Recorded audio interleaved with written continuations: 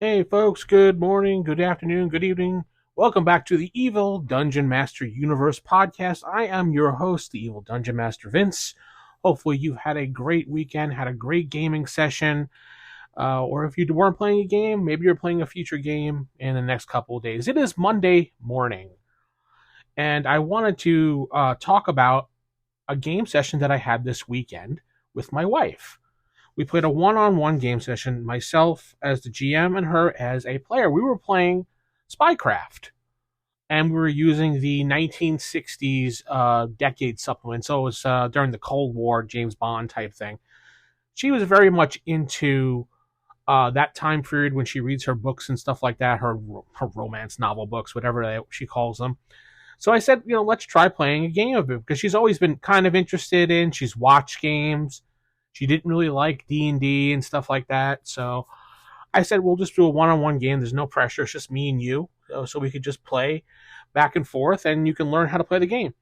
And I will definitely say that she had a hell of a time playing the game. And I'm going to describe it to you because I took a bunch of notes and while we were playing it. I tried to do an audio recording of it, but since we were sitting at the table, it didn't come out too well. It was only enough that I can basically hear it and take more notes as needed. Don't forget, head over to theevildm.com, my website, if you want to get in contact with me. Has all the links there, Facebook, email address, Twitter, whatever else. All right, so the game is Spycraft. It is using the 1960s decade supplement book from the classic. It was like a gray book. So picture this. It's the height of the Cold War. 1963 was probably the exact time. I don't think I really decided what date, but I'm picturing early 60s. And our heroine's name is Jane Powers, a sharp, quick-witted spy working for a covert agency. She's got a brilliant mind and a knack for getting out of tight spots, and a sex appeal that can make the most stoic of hearts flutter uncontrollably. That's how she described it, and I wanted to make sure I got that down correctly. So the campaign started in London, England, and Jane was tasked with investigating a series of high-profile robberies targeting secret military installations across Europe. So the stolen items that she was rumored to be the top of the list was top-secret blueprints and prototypes of advanced technology.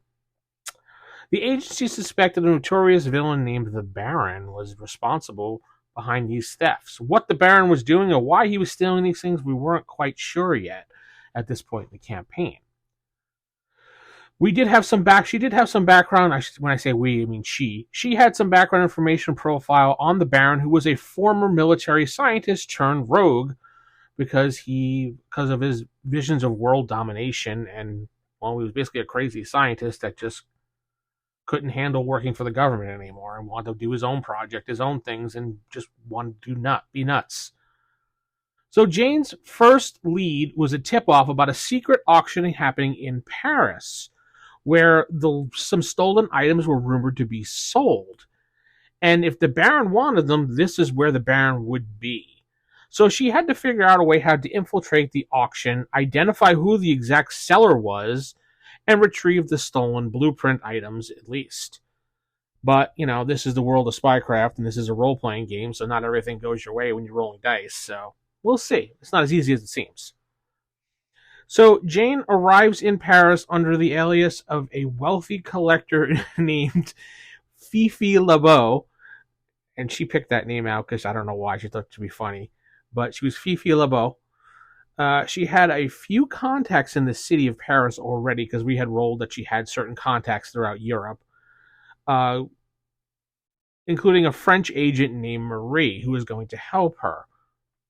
And she was mostly the main source of information for her throughout the campaign, and will be in the future probably. Marie was an NPC, obviously, and she provided very valuable information. I already said that, so though. So the auction was held in the Grand Chateau on the outskirts of Paris. She found out through through Marie's contacts. She decided she was going to dress in a very stylish evening gown and go to this party and mingle with the crowd. Marie got her credentials to this party based on Fifi LeBeau, as a profile would be a buyer, high profile buyer from a Swiss country, and the credentials were good enough for her to get into this party. While walking through the party, she noticed a couple different people that stood out. And one of them was a man dressed in a disheveled suit looking nervous and out of place.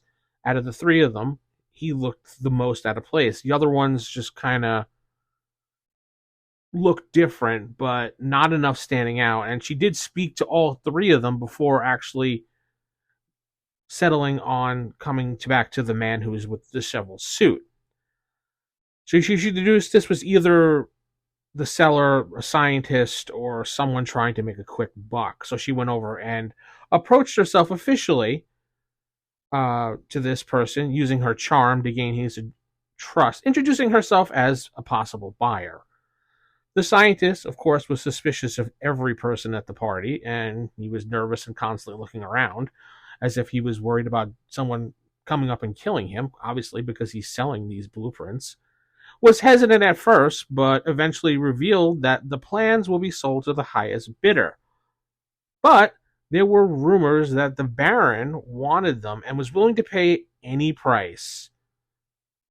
And she started talking a little bit more about it and found out that the Baron was planning on using the blueprints to create a weapon of mass destruction. The plot was bigger than Jane had realized at this point. Jane took note of this and wished the man luck on his sale, and she planned on outbidding the Baron after some giggles and laughs back and forth, because the man's like, the Baron always gets what he wants. The evening moved along as she mingled with various guests, only to discover some of the most wanted names in the world were all at this party, all bidding for this blueprint, so it had to be a very massively good satellite blueprint. As she was taking note of this and taking down names and faces and trying to remember people because of the wanted list, the auction started. And the Baron was nowhere to be seen as the auction was going on. But suddenly, the auction was interrupted by the Baron's henchmen, who tried to attack and seize the stolen items from the auction. Jane, with her quick wit thinking, was able to protect the scientist and hold back the henchmen. But as she was distracted, the Baron slipped away with the blueprint. She didn't realize that the Baron grabbed them and ran. After the situation was over, she went back to the agency with the scientist, and her team and her interrogated the scientist as to what the blueprints were for exactly, what type of blueprints they were, and he revealed it was for building a satellite weapon that can trigger a nuclear war from space. The satellite itself wasn't a threat. By looking at it, the actual satellite would actually trigger the missile silos that each country had to make them go off and shoot at different areas in the world. So that's why it would trigger a nuclear war. So the Baron just needed these plans to finish his mastermind project, and now he had them. After much thought and research, Jane and her team figured out 2 locations based on satellite imagery. Yeah, I was stretching the truth a little bit. I don't think they could really do that in the 60s, but you know what? It sounded good. That was big enough to build a launch satellite this size. Taking a chance, they picked one of the 2 locations. After picking the location, it was in the Swiss Alps. They found that it was occupied and guarded heavily by people with large guns and soldiers and stuff, so they picked the right place. Jane then devised a plan to infiltrate the Baron's secret base, which we figured out was in the Swiss Alps. The base was heavily guarded, and getting in was no real easy task when she got there. I mean, from the satellite and the way the trajectory and some spy planes going over and stuff, we figured out there were some people there, but these people were in abundance until she got there. But as Jane would do, I should say, as if anybody can do this, her character could. So she did figure a way by taking guards out one by one and sneaking around. So inside the base, she found herself inside of like this maze of corridors and doors and there were security systems everywhere. So she had to avoid the cameras, and she had to avoid setting off any alarms. So she had to use the badges that she found along the way. And she had to use her wit and intelligence. I used some kind of rolling technique to get around stuff.